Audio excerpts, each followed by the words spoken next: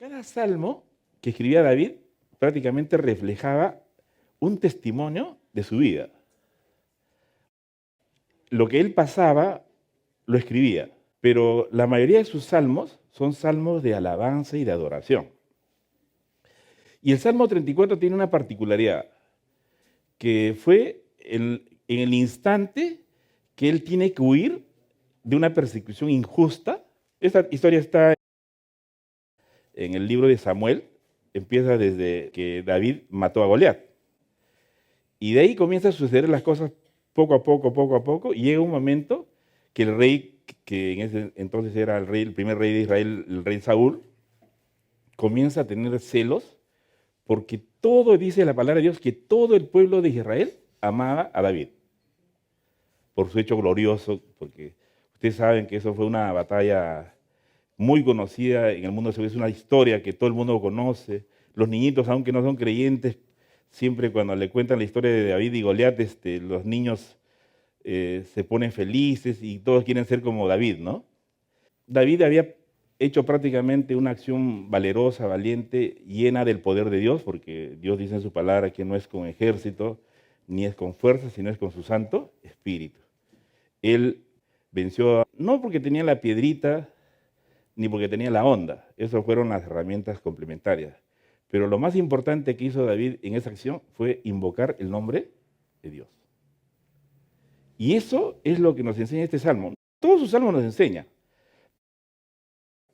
Porque por eso dice la palabra que es nombre sobre todo nombre.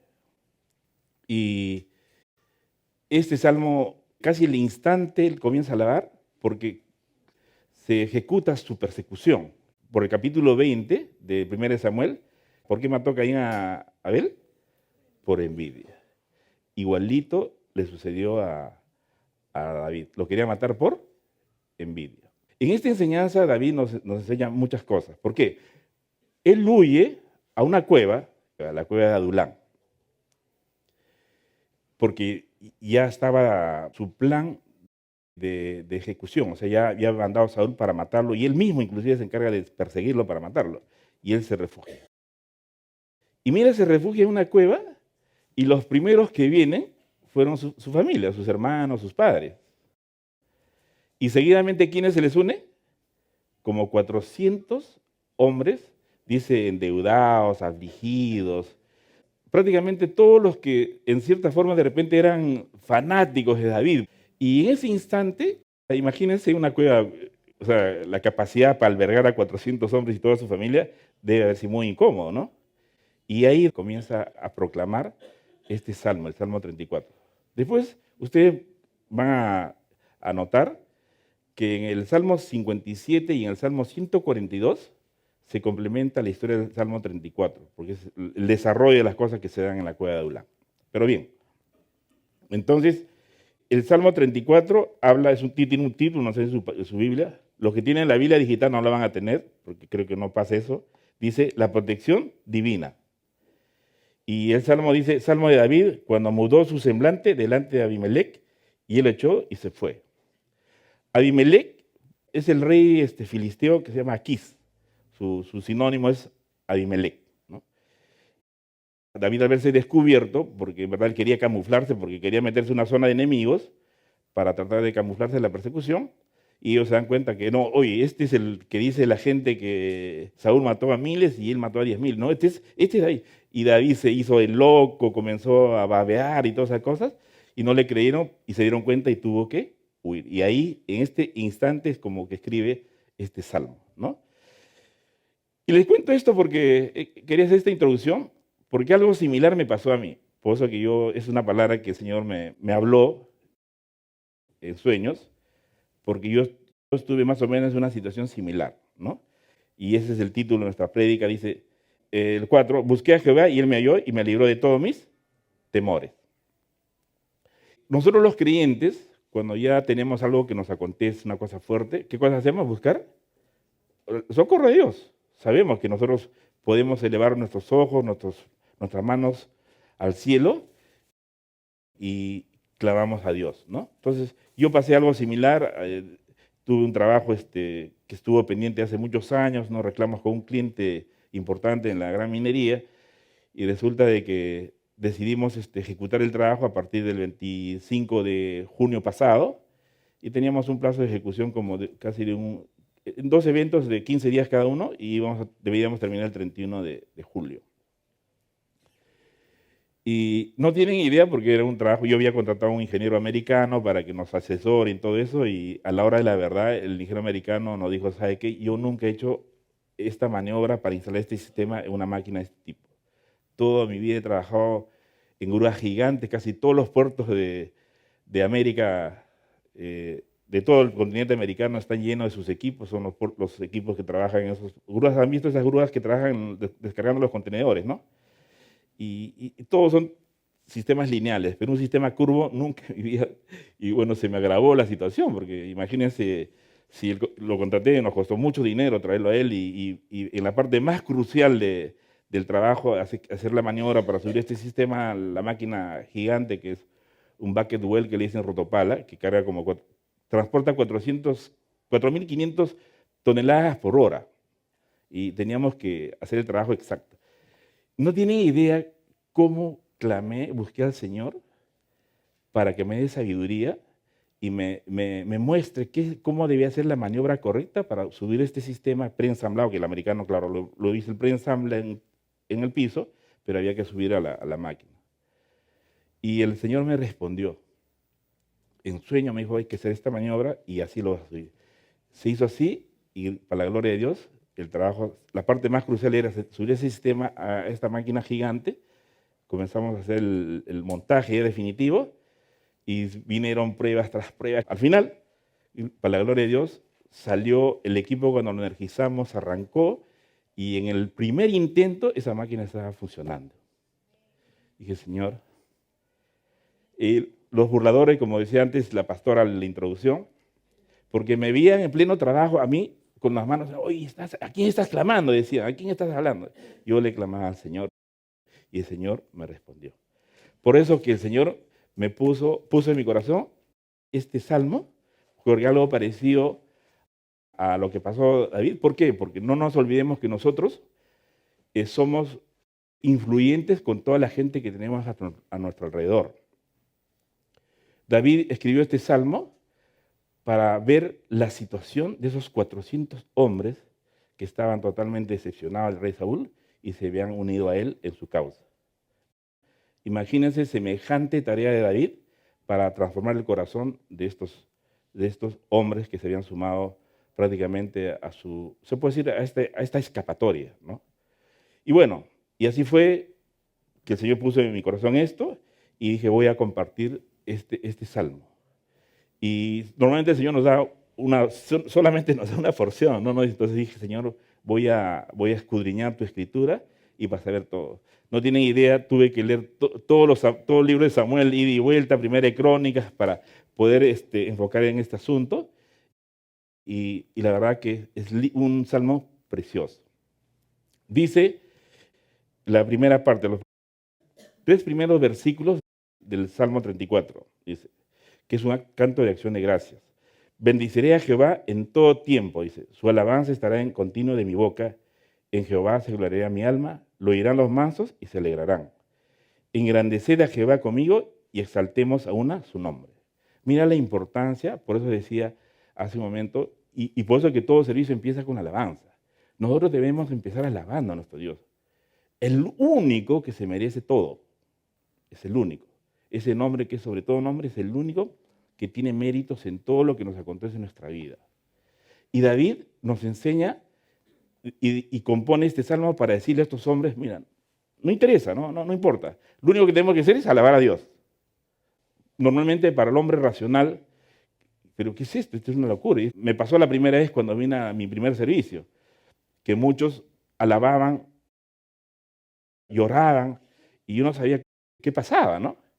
Hasta que poco a poco entendí, y yo soy ahora de uno de los más llorones en la iglesia, creo, ¿no?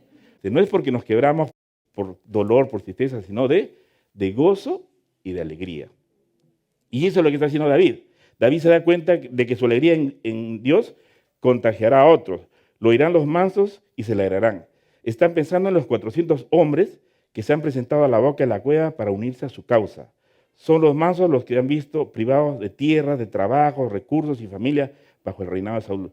Son los afligidos, los endeudados, los amargados. Son personas que sienten su necesidad de Dios. Amados hermanos, cuando tenemos esa verdadera necesidad, cuando estamos en esa condición, es el punto de inicio de nuestra bendición que viene más adelante. Porque eso es lo que hace el Señor. En el Salmo 72, 12, hay una promesa de Dios. Y Él librará al menesteroso que clamare y al afligido que no tuviere quien le socorra. Él es el que va a socorrer. Entonces, cuando un cristiano se desprende de un espíritu de alabanza, sale un cántico de un cristiano en la congregación, ¿qué vamos a hacer? Vamos a contagiar a otros. Esto anima a otros a confiar en el Señor. De la misma manera, cuando un creyente se desespera, lo da todo por perdido o se entrega a la queja y a la crítica, el negativismo arrastra a otros hacia la incredulidad. Nosotros los creyentes influimos poderosamente en las personas que por primera vez llegan, las personas que recién están empezando este caminar, porque tenemos que ser de influencia. Y eso es lo que David en este salmo expresa. Él tenía, imagínense, 400 hombres y encima su familia en una cueva, no sé cómo estarían, imagínense. ¿Alguien de ustedes ha entrado a una cueva alguna vez? Bueno, yo por mi trabajo siempre tengo que entrar a veces en la minería subterránea, me tengo que meter a los socavones y es una cosa terrible. Pero tener a 400 hombres alrededor tuyo y esperanzado que tú le des una respuesta a su situación, complicado, ¿no? Entonces, esa es la importancia que tenemos todos los creyentes. Entonces, ¿cómo debemos hacerlo? Congregándonos, participando de todos los programas de la iglesia, porque los programas de la iglesia no están porque le agrada a la pastora o le agrada a los maestros de la iglesia, porque en verdad toda actividad que se hace en la iglesia, y ojo que está bien pensado, no está hecho así al azar, se ha sincronizado en los horarios, todo normalmente porque nosotros no podemos impedir nuestro trabajo secular. La gran mayoría de nosotros, yo tengo que trabajar, o sea, secularmente estoy con una mano en el arado y otra mano con la palabra, con la espada de Dios, porque tiene que ser así. Por eso dice Jesús, dice una porción, dice que la palabra de Cristo mora en abundancia en vosotros, enseñándonos y exhortándonos unos a otros en toda sabiduría. En Colosenses 3:16. O sea, siempre tiene que estar a flor la palabra de Dios en nuestra boca. ¿Por qué? Porque es la única forma de tener esa influencia en la gente que está a nuestro alrededor. Yo tenía 16 trabajadores, pero de primer nivel, o sea, eran soldadores, mecánicos, electricistas. El trabajo del electricista fue un trabajo pero impecable. Y la gente nos decía, no, yo no confío en tu trabajo, mira lo que está haciendo. Una máquina que tenía una enmarañada de cables de fuerza de media tensión, y al final los cables de control de comunicación, que al final de cuentas pues son máquinas electrónicas, para que arranque en primera es porque se hizo el trabajo perfecto. Entonces, y mira cómo los Tobías, los Zambalat que siempre se oponen a la edificación, están ahí. ¿Y cómo tú tienes que alentar a tus trabajadores? No le hagas caso. Ingeniero, usted es nuestra autoridad. Usted nos tiene que dar la orden. Solamente por el WhatsApp dame la orden y yo hago el trabajo. Autorizado, haz. Yo me voy a encargar de la pelea. Y así sucesivamente. Amados, entonces, por eso que siempre tenemos que alentarlo, por eso que David nos enseña esto. Dice, pero es posible bendecir al Señor en todo tiempo, como dice el Salmo, ¿no? Bendecir en todo tiempo. ¿No invaden a veces sentimientos de tristeza, de amargura, de confusión o de duda? Ciertamente es así. Pero recuerdo las ocasiones en que Dios ha intervenido de una manera contundente para rescatarnos, ayuda a superar las crisis emocionales, porque es una gran verdad. Cuando nosotros hacemos memoria, yo estoy casi 25 años, estoy contando un hecho glorioso que pasó para la gloria de Dios, que me pasó la semana pasada. Pero cuando empecé este caminar, han pasado muchas cosas, porque el caminar del justo es de prueba en prueba y de victoria en victoria. Dios no nos ha sacado de manos de Satanás para matarnos, nos ha sacado de las garras de Satanás para darnos ¿qué? Vida y vida eterna. Hay una diferencia, pero abismal. Y eso es lo que está haciendo David con estos hombres, influyéndoles. Bueno, están acá, pero si están conmigo, siéntanse seguros, porque había un canal de bendición, ¿no? Entonces, la música que hay en el mundo? Está desintonizado nuestra alma con ese tipo de cosas. Lo escuchamos tangencialmente porque no le voy a decir, oye, mundano, apaga tu radio, o oye, no escuches eso. No lo puedo decir, pero sabiamente, poco a poco, o sea, conducirnos como debe ser, ¿no? Entonces, como podemos ver, el recordar los hechos gloriosos que Dios ha hecho en nuestro caminar, eso va a ser de ánimo para la gente. David, ¿qué le habrá dicho? ¿Ustedes creen que fue porque yo tuve la onda? ¿Ustedes creen que fue porque yo tuve esa piedrita, pero una piedra pero perfecta? ¿Maté a Goliat? No. Él solamente pronunció el nombre del Señor. Dije, tú estás levantándote contra el ejército del Dios viviente. Tú has proferido una palabra de condena para ti. Solo se condenó Goliat. Porque ¿quién se va a meter con Dios? Nadie. Por eso a veces, algunas personas que contienden conmigo y cuestionan racionalmente sobre lo que es Dios, no tienen idea, porque Dios dice en su palabra, mira, lo manifiesto de su creación es la misma obra de Dios.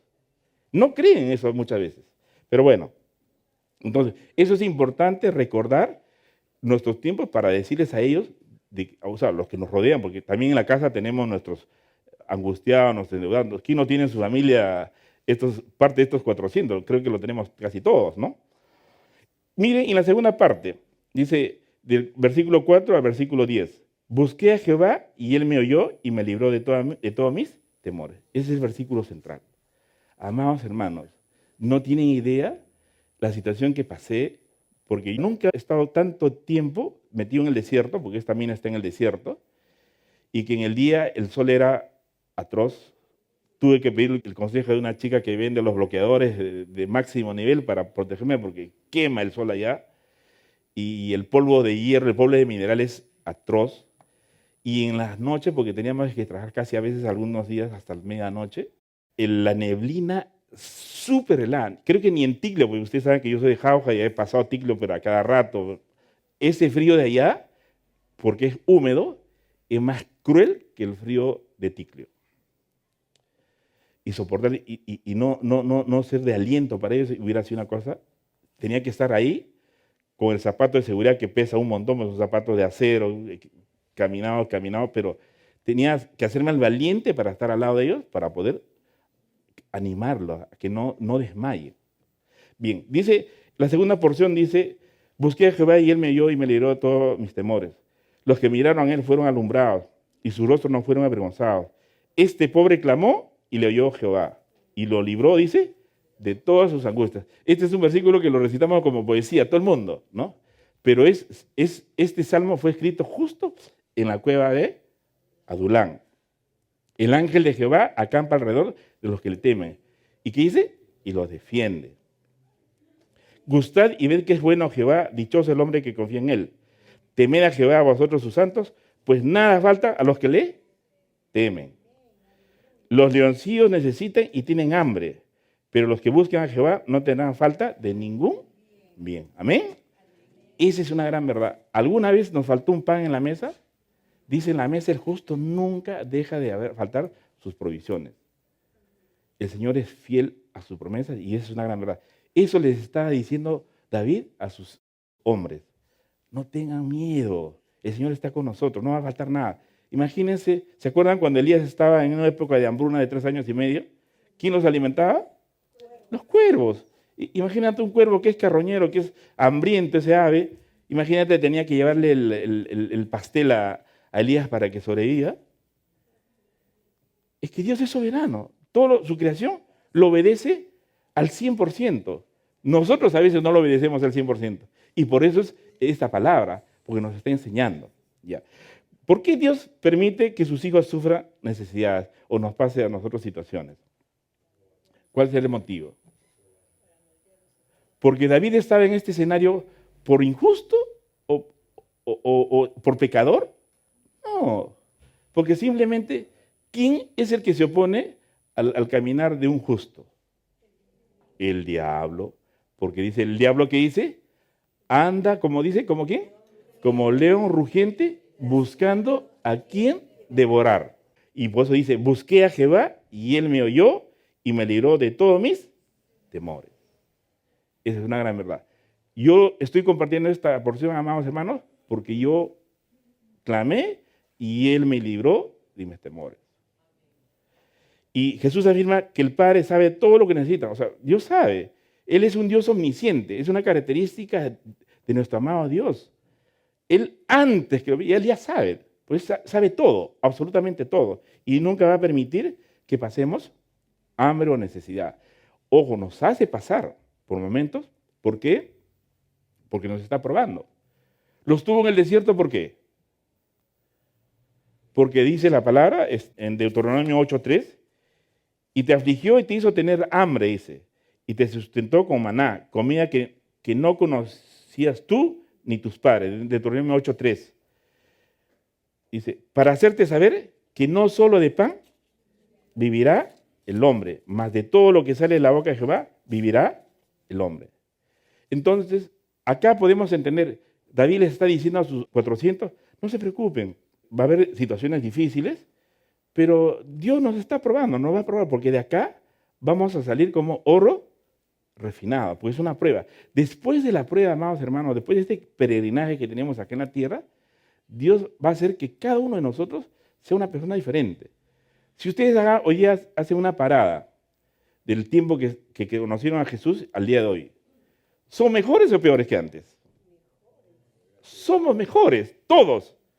Del más pequeño al mayor. Somos mejores. ¿Por qué? Porque ¿quién habita en nosotros? Él habita. Su Espíritu Santo habita en nuestros corazones. ¿Y qué está haciendo? Nos está perfecto. No somos perfectos. Yo tengo un montón de errores, de fallas, porque soy falible. Pero Él no va a fallar nunca mientras nosotros, estando en el torno del alfarero, nos dejamos moldear por Él. Él va a hacer su obra perfecta. Entonces, en Romanos 5, también nos gloriamos en las tribulaciones, sabiendo que la tribulación produce paciencia, y la paciencia prueba, y la prueba esperanza, y la esperanza no avergüenza, porque el amor de Dios ha sido derramado en nuestros corazones por el Espíritu Santo que nos fue dado. Eso es lo que pasa. Y en momentos nos quieren avergonzar, pero hay una promesa de Dios que yo siempre lo digo, el Hijo de Dios nunca será avergonzado, porque Él está con cualquier situación que nos toque vivir, Dios nunca nos va a dejar mal parados. Siempre adelante. Y ojo, una cosa muy importante. Cada vez que nosotros conocemos a Dios, porque eso dice Jeremías 9, creo que 23, dice que el sabio no se gloría en su sabiduría, ni el rico en sus riquezas, ni el fuerte en su fuerza, sino más el que pueda enorgullecerse en algo es cuando nosotros conocemos a Dios. Y eso es lo que está llevándolo David a esos hombres. Y eso es lo que tenemos que hacer nosotros con la gente que está a nuestro lado. Es llevarlos a que conozcan al Dios que nosotros ya estamos conociendo. Porque ¿podemos dar algo que no tenemos? No podemos. En esta porción, David describe su petición de ayuda con varias palabras. Buscar al Señor, mirar al Señor, clamar al Señor, temer al Señor. Estos verbos resumen la intensidad de un alma que se ha convencido de que su única fuente de ayuda en su situación, ¿quién es? Dios. No hay nadie más que en esta circunstancia que Dios es el ayudador perfecto y el ayudador misericordioso, bondadoso y amoroso. Entonces, llama la atención el verbo mirar. Los que miraron a Él fueron alumbrados. El hecho de mirar sin hacer nada, sin aportar ningún esfuerzo propio, resume bien la esencia de la fe. Porque la fe, ¿qué viene a ser? La certeza de lo que se espera, más la convicción de lo que no se ve. Por eso yo siempre digo, el que tiene la película completa en nuestra vida es el Señor. Él es el principio y el fin. Nosotros no sabemos. Dice un proverbio, del hombre no es conocer sus pasos, solamente conoce Dios el paso que vamos a dar. Y una cosa más simple, nosotros somos, ¿sabe quién nos eligió desde el momento de la concepción? ¿Sabe quién tuvo la autonomía, la soberanía para elegirnos por qué estamos acá? Dios. Soberanamente, de los millones, nos eligió uno. Ahora, ¿cuál es el propósito de Él en nuestra vida? Es que tenga propósito, ¿para qué? Para glorificar su santo nombre en todo momento. Bien, por eso dice, esta protección, toda esta cosa, sino que nadie, o sea, ni demonios, ni hombres puede levantar un dedo contra los hijos de Dios, porque hasta que Dios pueda retirar el escudo, porque también hay una verdad. Dice, el que deja los caminos que dice la palabra, irá a parar con los muertos, porque es como despreciar la sangre de Jesús. Eso está bien claro en la palabra. Por eso, amados hermanos, tenemos que agarrarnos con todo de la mano de nuestro Dios. Eso le pasó a Job, ¿no? Job, ¿recuerdan esa porción cuando, claro, pues si lo has bendecido pues grandemente, ¿qué te va a maldecir? Estás feliz de la vida porque tienes grandes bendiciones. Y Dios autorizó que prueben a Job. Y mira, Job en el capítulo 13 y versículo 15 dice, ya con esa seguridad, dice, aunque él me matare, en él esperaré. Mira la convicción que debemos llegar a tener nosotros. Igualito David le estaba diciendo a los hombres, en él estamos seguros. Cuando se llega a tener esa certeza, prácticamente no hay nada, dice él, nada falta a los que le temen. Así dice esta porción de la segunda parte, ¿no? Bien, la parte final, vamos a leer el versículos 11 al 22, porque Dios es el que suple todo. Dice, venid hijos, oídme, el temor de Jehová os enseñaré. ¿Quién es el hombre que desea vida, que desea muchos días para ver el bien? Guarda tu lengua del mal y tus labios de hablar engaño. Apártate del mal y haz el bien. Busca la paz y síguela. Los ojos de Jehová están sobre los justos y atentos sus oídos al clamor de ellos. La ira de Jehová contra los que hacen mal para cortar de la tierra la memoria de ellos. Clama a los justos y Jehová oye y los libra de todas sus angustias. Cercano está Jehová a los quebrantados de corazón y salva, dice, a los contritos de espíritu. Muchas son las aflicciones del justo, pero de todas ellas le librará Jehová. Él guarda todos sus huesos, ni uno de ellos será quebrantado. Matará al malo la maldad, y los que aborrecen al justo serán condenados. Jehová redime el alma de sus siervos, y no serán condenados cuantos en él confían. Con eso termina este salmo de 22 versículos. David dice, venid, hijos, oídme, el temor de Jehová os enseñaré. Está pensando en los 400.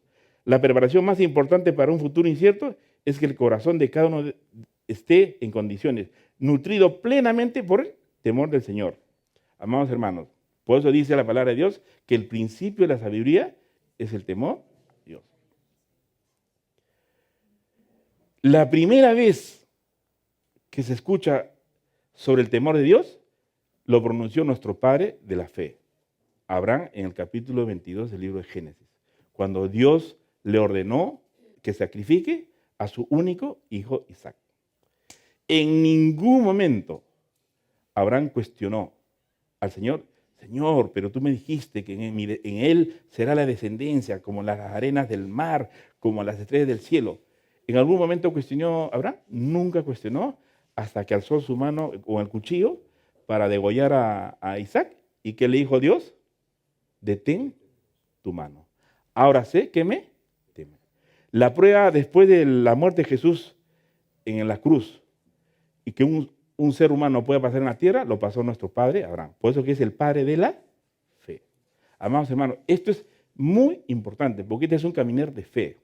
Por eso que Jesús es el autor y consumador de la fe. ¿Por qué consumador? Porque el día que pasamos nuestro tiempo de peregrinaje acá en la tierra, iremos a verlo cara a cara en el cielo. Y se le terminará la historia del creyente para empezar una historia de vida eterna. Amén. Entonces, Pablo, acá nos pone también en 2 Corintios 1:4, dice, Pablo, él nos consuela en todas nuestras tribulaciones para que podamos también nosotros consolar a los que están en cualquier tribulación. Este salmo sirve ¿para qué? Para consolar a otros, para alentar a otros. Igual nosotros estamos siendo preparados por este compartir, porque este es como una especie de un mini estudio del Salmo 34. Pero, amados hermanos, es bueno, porque nosotros también tenemos que estar preparados, porque hay cuánta necesidad que tenemos afuera. David pregunta, ¿quién es el hombre que desea vida? Quiere decir, ¿quién quiere sobrevivir esta experiencia en la cueva, ser renovado de corazón ahora y después gozar de mejores circunstancias cuando el Señor así disponga? Frente a la necesidad, ¿qué dice? Hay que buscarlo intensamente, pero a Él, a la fuente de todo. Porque dice la palabra de Dios, maldito el que confía en el hombre. La Biblia tiene el 50% en el Salmo 118, creo que es el versículo 8. Dice, maldito el que confía en el hombre. Porque dice, el que confía en el hombre, dice, caerá el que pide ayuda y el ayudador. Mira, hay una promesa de Dios. Entonces, por eso que David les está enseñando que nuestra confianza no va a estar... ¿Por qué? Porque yo voy a morir. Yo soy falible, voy a morir. Pero Dios siempre es eterno. Yo acabo de salir, una prueba preciosa, pero como dice el Señor, Él nos responde, nos ayuda, nos extiende la mano. ¿Para qué? Para que no quedemos avergonzados y para que estos hombres que estuvieron a mi lado, al final de cuentas, terminaron ingeniero. Yo hace 20 años que dejé los caminos porque me aparté. Mi mamá siempre me llevaba a la escuela dominical, iba a la iglesia, a las reuniones jóvenes y ahora no voy. Gracias por alentarnos, porque todos los días le entregábamos el trabajo en oración. El jovencito ese me llegó al final, me dijo, ingeniero, ya estoy comenzando ya a leer la Biblia. Ya me compré una Biblia y lo tengo ahí en la mochila. Así que, y así sucesivamente. Entonces, amados hermanos, así como David,